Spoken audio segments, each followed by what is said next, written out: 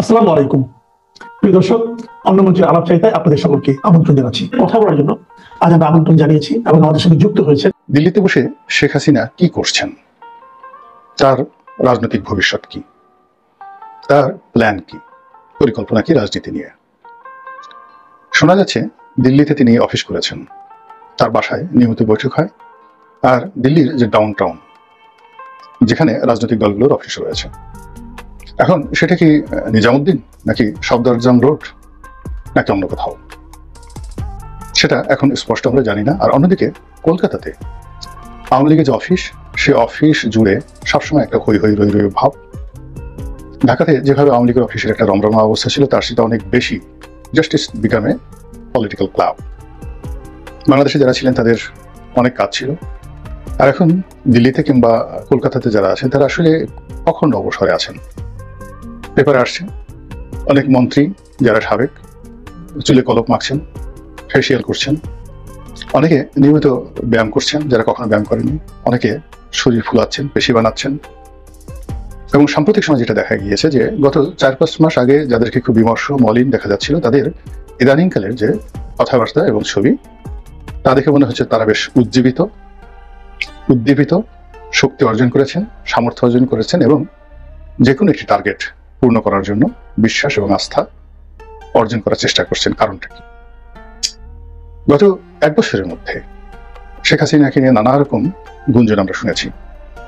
তিনি যখন গেলেন, প্রথমত বলা হলো যে তিনি কলকাতাতে গেছেন, ত্রিপুরাতে গেছেন, আসামে আছেন, এরকম নানা কথা। পরে আবার বলা হলো যে না, তিনি এই সামরিক বিমানে করে দিল্লিতে আছেন, তাকে গৃহবন্দী করে রাখা হয়েছে, কেউ তার সঙ্গে দেখা করতে পারে না।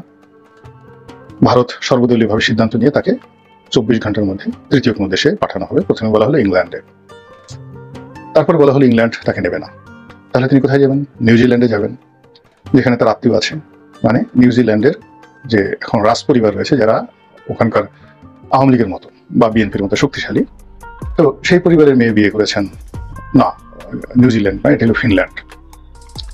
সেই পরিবারের মেয়ে বিয়ে করেছেন শেখ রেহানার সন্তান, তো ববি।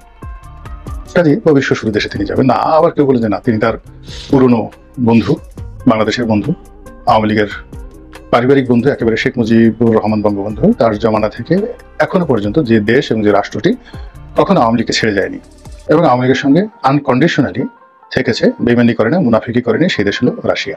তিনি রাশিয়াতে যাবেন, ভালো কথা। আবার কেউ কেউ বললো যে না, রাশিয়াতে সরাসরি মিস্টার পুতিন তাকে না রেখে, বদনাম হতে পারে, না রেখে তারই তত্ত্বাবধানে তার যে অন্য যে রাষ্ট্রগুলো রয়েছে, রাজ্যগুলো রয়েছে, সেখানে তাকে রাখা হবে। কি যেন উজবেকিস্তান না কাজাকিস্তান, এরকম একটা দেশের নাম আমরা শুনলাম। কিন্তু আলটিমেটলি আসলে কোথাও শেখ হাসিনার যাওয়া হলো না। ভারত তাকে ট্রাভেল পাস দিল, মানে অনেকটা পাসপোর্টের মতো। ভারতের সেই পাসপোর্ট নিয়ে তিনি সারা দুনিয়া ভ্রমণ করতে পারেন, ভারতই সবকিছু ব্যবস্থা করে দিবে। দ্বিতীয়ত, ভারত তাকে ডিপ্লোম্যাট মর্যাদায়, কূটনৈতিক মর্যাদায় এবং যে কোনো একটা দেশের রাষ্ট্রপ্রধান বা সরকার প্রধানের মর্যাদায় তাকে রাষ্ট্রীয় প্রোটোকল দেওয়া শুরু করলো। এরকম খবর যখন এলো, তখন অনেকের মাথায় বাস পড়লো যে এটা কি ধরনের কথা। বাংলাদেশের যারা দেশের বাইরে থাকে টোকাই ইউটিউবার আছে, তো এই সকল টোকাই ইউটিউবার যারা রাজনীতির বোঝে না, লেখাপড়া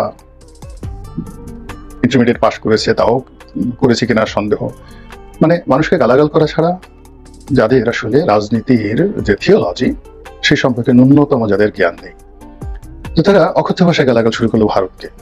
অসভ্য একটা দেশ, এই করেছে ইত্যাদি ইত্যাদি, তাদের সঙ্গে আমাদের জিহাদ করতে হবে। আর তাদের যে সকল অনুগামী রয়েছেন, যারা তাদেরই মতো বা তাদের মতো নয়, তাদের সেটা আরো নিম্নমানের, হই হই রই রই করে যে না, ভারতকে জ্বালিয়ে দিতে হবে, পুড়িয়ে দিতে হবে, দিল্লি দখল করতে হবে, 7 সিস্টার দখল করতে হবে। আর এই কাজ সামাল দিতে গিয়ে, কর্ম সামাল দিতে গিয়ে বেচারা ডক্টর মোহাম্মদ ইউনূস তিনি ভারী মুসিবতের মধ্যে পড়লেন। অভিজ্ঞ মানুষ, বয়স্ক মানুষ, তিনি জানতেন যে ভারতের সঙ্গে তার বন্ধুত্ব লাগবে, তারপরে ভারতের সঙ্গে তার চেষ্টা লাগবে, তদবির লাগবে। তো এই সকল কাজকর্ম করতে গিয়ে তিনি নরেন্দ্র মোদী সাহেবের সঙ্গে একাধিকবার বৈঠক করার চেষ্টা করলেন, বন্ধুত্ব করার চেষ্টা করলেন। কিন্তু ওখানে এমন একটা পরিস্থিতি তৈরি হলো যে ভারত বাংলাদেশের আর বন্ধু হলো না এবং তারা বলে দিল ভবিষ্যতে যখন কোনো নির্বাচিত সরকার আসবে, তাদের সঙ্গে ভারত সম্পর্ক পুনর্বিবেচনা করবে।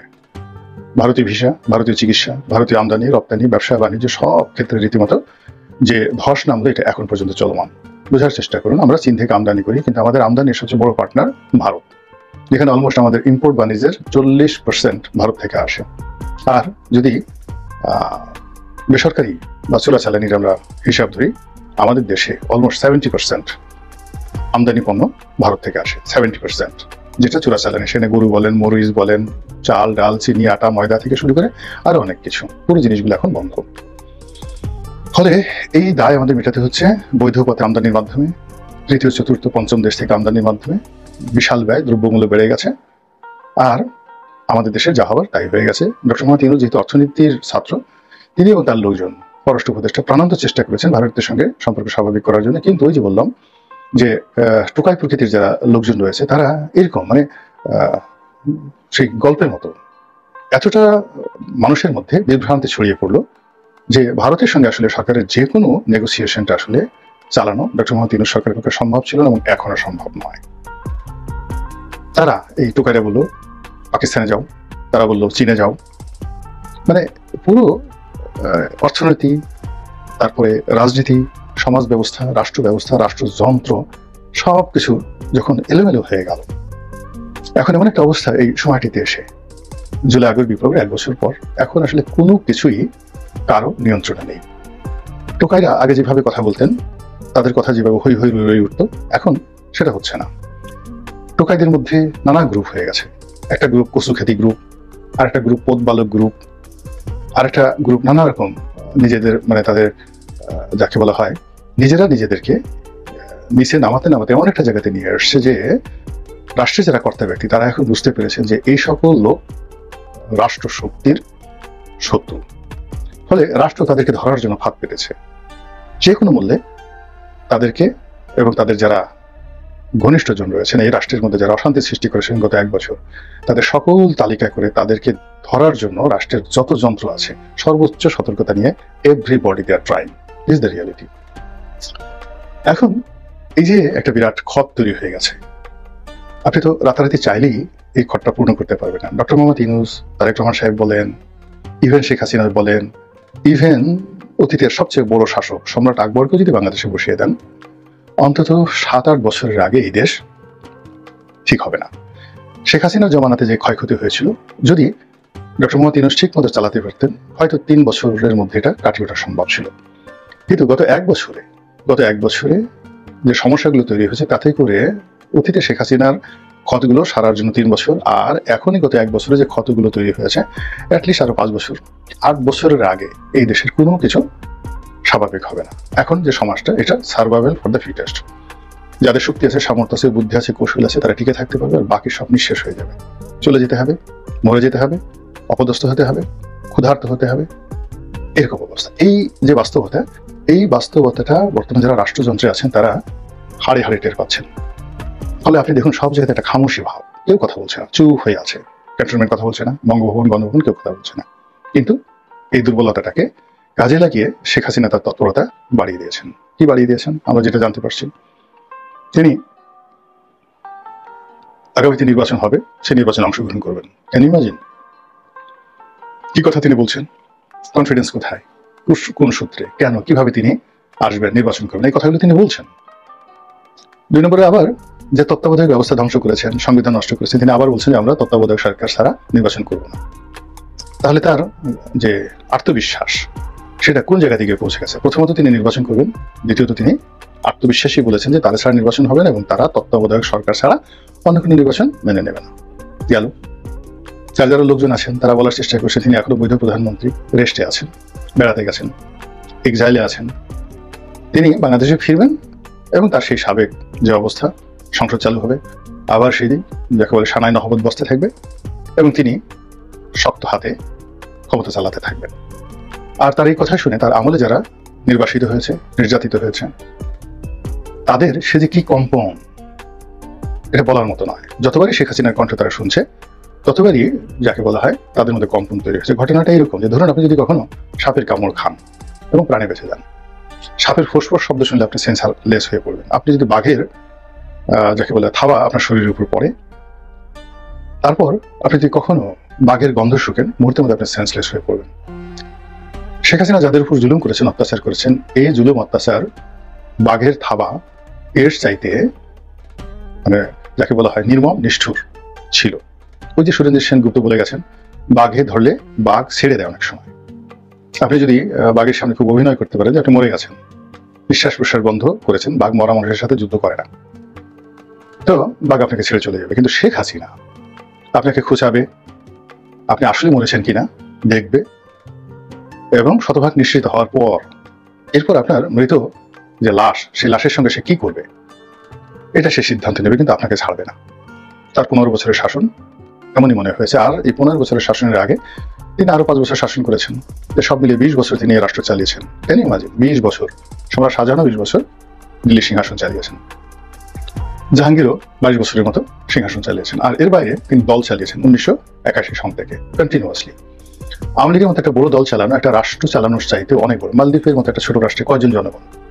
আওয়ামী লীগের ভোটার সংখ্যা যদি 18 কোটি মানুষ যদি ধরেন, তার 35% যদি আওয়ামী লীগের ভোটার হয়, তারপর তার যারা সহযোগী রয়েছে তাদের যদি আরো 15% হয়, তাহলে 50% জনগণ যারা শেখ হাসিনার কথায় অতীতের মধ্যে এখনো নড়াচড়া করছে, তাহলে 9 কোটি মানুষ।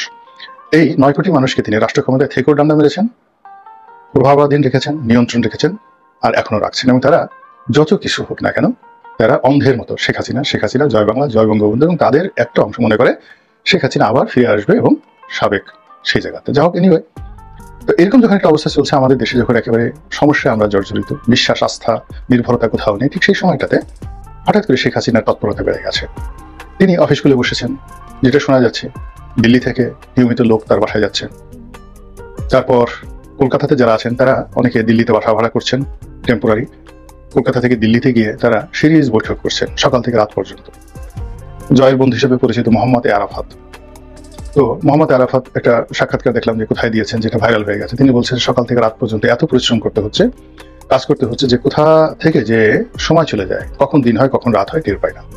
অন্যান্য যারা আওয়ামী লীগের নেতৃবৃন্দ রয়েছেন, বিশেষ করে আওয়ামী লীগের যারা ব্রেইন হিসেবে কাজ করেছে, সাংগঠনিক ব্রেইন, যেমন ধরেন লিয়াকত শিকদার, ছাত্রলীগের লিয়াকত শিকদার, তারপরে যেমন ধরেন খালিদ মাহমুদ চৌধুরী মন্ত্রী ছিলেন, তারপরে শেখর প্রধানমন্ত্রীর এপিও ছিলেন, এমপি ছিলেন, তারপর সেলিম মাহমুদ, ডক্টর সেলিম মাহমুদ, এরপর স্বরাষ্ট্রমন্ত্রী আসাদুজ্জামান কামাল, এরকম অসংখ্য মহিবুল হাসান চৌধুরী, এমনকি ওই যে জাভেদ, লন্ডনে যিনি আছে জাভেদ, সমরেজাল করিম, এই মানুষগুলো প্রতিটি মুহূর্ত বলতে গেলে দলের জন্য সারাক্ষণ তারা কিভাবে প্ল্যান করবে, কিভাবে কি করবে, এই কাজে প্রত্যেকটা মানুষ নিজেরা সিরিজ বৈঠক করছে। তার সঙ্গে সঙ্গে শেখ হাসিনার সঙ্গে সিরিজ বৈঠক করছে, যেটা এই 3 মাস আগেও আমরা এই ঘটনাগুলো শুনতে পারিনি। হঠাৎ করে এরকম হলো কেন? এবং ইন্টারনেটে আপনি দেখবেন যে এই যে মানুষগুলোর নাম শুনলাম, এদের অনেকেই ইদানিং বেশ কথাবার্তা বলছে। আপনি নিঝুম মজুমদারের কথা চিন্তা করেন, তারপরে অমির রহমান পিয়ালের কথা চিন্তা করেন, অমির রহমান পিয়াল, তারপরে আরিফ জেপ্তিকের কথা চিন্তা করেন, নবনীতা চৌধুরীর কথা চিন্তা করেন, শারমিন চৌধুরী, সুলতানা রহমান, এই নামগুলো তো আপনারা জানেন সবাই। আজ থেকে 6 মাস আগে দেখুন তাদের যে পেজগুলো চলতো, তাদের যে ভিডিওগুলো চলতো, তাদের যে কথাবার্তা ছিল, সেখানে হতাশার সুর ছিল, নানা রকম ব্যঙ্গ ছিল, বিদ্রুপ ছিল, কিন্তু সবাই কিভাবে যেন একটা ঝাঁকি দিয়ে উঠেছেন। সবার মধ্যে কি যে ধরনের যেন একটা উদ্দীপনা চলে এসেছে, সবাই প্রচন্ড ব্যস্ত হয়ে পড়েছেন। আর তার সঙ্গে সঙ্গে শেখ হাসিনার এই তৎপরতা। কি হতে পারে? শেখ হাসিনা এই দেশের 12টা বাজিয়ে গেছে, আর ডক্টর মোহাম্মদ ইউনূস ইতিমধ্যে গত 1 বছর 24 বাজিয়ে দিয়েছে, দ্বিগুণ কর্ম করেছে। তাহলে বোঝার চেষ্টা করুন যে শেখ হাসিনা যদি 15 বছরে 12টা বাজায়, যোগ একটা সাধারণ ঐকিক অঙ্ক করেন, 15 বছরে 12টা বাজিয়েছে, 1 বছরে ডক্টর ইউনূস বাজিয়েছেন 24টা। তাহলে ডক্টর মোহাম্মদ ইউনূস যদি 15 বছর সময় পান, তাহলে বাংলাদেশের কয়টা বাজবে একটু আন্দাজ করতে থাকেন। এবং এরকম একটা গুরুতর অভিযোগ, জানাতন লোক নয়, মির্জা আব্বাসের মতো সিনিয়র শীর্ষ নেতা এই বক্তব্য দিচ্ছেন। আপনারা সবাই জানেন যে বিএনপির রাজনীতিতে যে সকল শীর্ষ নেতৃবৃন্দ রয়েছেন, যেমন মির্জা ফখরুল ইসলাম আলমগীর, মির্জা আব্বাস, তারপরে জনাব সালাউদ্দিন সাহেব, এরপরে আমির খসরু মাহমুদ চৌধুরী, এই মানুষগুলো যারা শীর্ষ পর্যায়ে রয়েছেন, আরো কয়েকজন, কিন্তু এদের নামে বারবার আসছেন। তো তাদের ব্যক্তিগত জীবন, রাজনৈতিক জীবন, বিএনপি বিরোধী যারা শক্তি রয়েছেন তারা তছনছ করে দিচ্ছেন। সরকার যারা চালাচ্ছেন তারা এই সবাইকে টার্গেট করেছেন।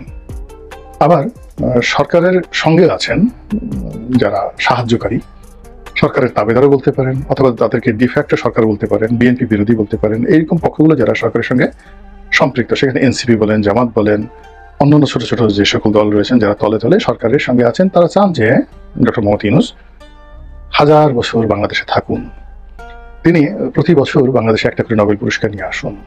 তারা চাচ্ছেন যে তিনি প্রতি মাসে বিদেশে যান এবং প্রতি মাসে বিদেশে গিয়ে 2-3টি ডক্টরেট ডিগ্রি বাংলাদেশে নিয়ে আসেন। তো এইরকম যারা ডক্টর মোহাম্মদ ইউনূসের কল্যাণ কামনা করছেন, তার দীর্ঘায়ু কামনা করছেন, তার সফলতা কামনা করছেন, তাদের 2 চক্ষের শুল হলো 1 নম্বরে তারেক রহমান। তারা তারেক রহমানকে দেখলেই তাদের ঘুম হারাম হয়ে যায়। আমি অনেক বিএনপি বিরোধী শক্তি তাদের কিছু ভিডিও শুনেছি, তাদের একান্ত আলাপ আলোচনা শুনেছি। তারা তারেক রহমান সাহেবের নামও শুনতে পারেন না, তার চেহারাও দেখতে পারেন না। যদি সামাজিক মাধ্যমে তারেক রহমান সাহেবের কোনো বক্তব্য তারা শুনেন, কোনো কথা শুনেন, তাহলে তারা রীতিমতো অস্থির হয়ে যান, পাগল হয়ে যান, অ্যালার্জি এসে যায় শরীরে। এবং অনেকে বলেন যে আমাকে মেডিটেশন করতে হয়। এতটা বিরক্তি লাগে যে তার কথা শুনলে, তার চেহারা দেখলে আমাকে মেডিটেশন করে, যোগ ব্যায়াম করে এই মন থেকে তারেক রহমানের কথা, বক্তব্য, চেহারা এগুলো আমাকে মুছে দেওয়ার জন্য কষ্ট করতে হয়। তো বোঝার চেষ্টা করেন যে এই কথাগুলো আমি বললাম যে আমি তথ্য প্রমাণ সহকারী কথাগুলো বলতে পারবো। এবং যারা এই সকল কথাবার্তা বলছেন তারা তাদের এই সামর্থ্য অনুযায়ী ইন্টারনেটে বিএনপির তারেক রহমান সাহেব সহ তাদের শীর্ষ যারা নেতৃবৃন্দ রয়েছেন তাদের 14 গোষ্ঠী উদ্ধার করে গোপনে, প্রকাশ্যে, ডাইরেক্টলি সরাসরি, ইনডাইরেক্টলি, পরোক্ষভাবে, যেটাকে বলা হয় ক্যারেক্টার অ্যাসাসিনেশন, সেই ক্যারেক্টার অ্যাসাসিনেশন তারা শুরু করে দিয়েছেন। তো সেই দিক থেকে মির্জা আব্বাস, যেহেতু তিনি বিএনপির একজন ডিফ্যাক্টো ক্ষমতাধর ব্যক্তি, তার প্রতিও বিএনপি বিরোধী শক্তির আক্রমণ চরমে। তাকে অশ্লীল, অশ্রাব্য ভাষায় গালাগাল দেওয়া হচ্ছে। আমেরিকা থেকে, প্যারিস থেকে, লন্ডন থেকে, নিউ ইয়র্ক থেকে, ওয়াশিংটন থেকে, মালয়েশিয়া থেকে, তারপরে মসজিদ থেকে, মাদ্রাসা থেকে, রাজপথ থেকে তাকে, তার স্ত্রীকে, তার 14 গোষ্ঠীকে চাঁদাবাজ বানানোর জন্য, দুর্নীতিবাজ বানানোর জন্য, অশিক্ষিত নানা রকম কথাবার্তা বলে এই ভদ্রলোককে উত্তেজিত করার চেষ্টা করা হচ্ছে। ফলে আমি দেখলাম যে 1জন বা 2জন এরকম তার যারা সমালোচনাকারী, তাদের বিরুদ্ধে মির্জা আব্বাস কথা বলতে গিয়ে ধৈর্য হারিয়ে ফেলেছেন এবং তিনিও তাদেরকে গালি দিয়েছেন। ওদের মতো এরকম অসভ্য ভাষায় গালি দিতে পারেনি তিনি, ভদ্রলোক মানুষ, তার মতো করে তিনি গালি দিয়েছেন। কিন্তু ব্যাপার হলো তিনি গালি দিতে বাধ্য হয়েছেন। কিন্তু আসলে নর্মালি তার তো এই গালি দেওয়ার কথা নয়, বা এই সময়টিতে তার উত্তেজিত হওয়ার কথা নয়, কিন্তু তিনি হয়ে গেছেন। দ্বিতীয়ত, যে তিনি এই সময়টিতে ডক্টর মোহাম্মদ ইউনূসকে কেন দায়ী করছেন, এর কারণ হলো যারা তাকে গালি দিচ্ছে, তার নেতাকে গালি দিচ্ছে, তার দলকে গালি দিচ্ছে, তাদের প্রমোটার হিসেবে তিনি মনে করছেন যে ডক্টর মোহাম্মদ ইউনূস এবং তার যারা লোকজন রয়েছেন তারা তাদের প্রমোটার হিসেবে কাজ করছেন। ফলে তার যে যত ক্রোধ এবং ক্ষোভ, এটা ডক্টর মোহাম্মদ ইউনূসের উপর আসছে, এটাই স্বাভাবিক। এবং এটাকে প্রকাশ করার জন্য তিনি মূলত শেখ হাসিনাকে সামনে নিয়ে এসেছেন। এবং তার এই বক্তব্য বিএনপির দলীয় বক্তব্য যদি নাও হয়,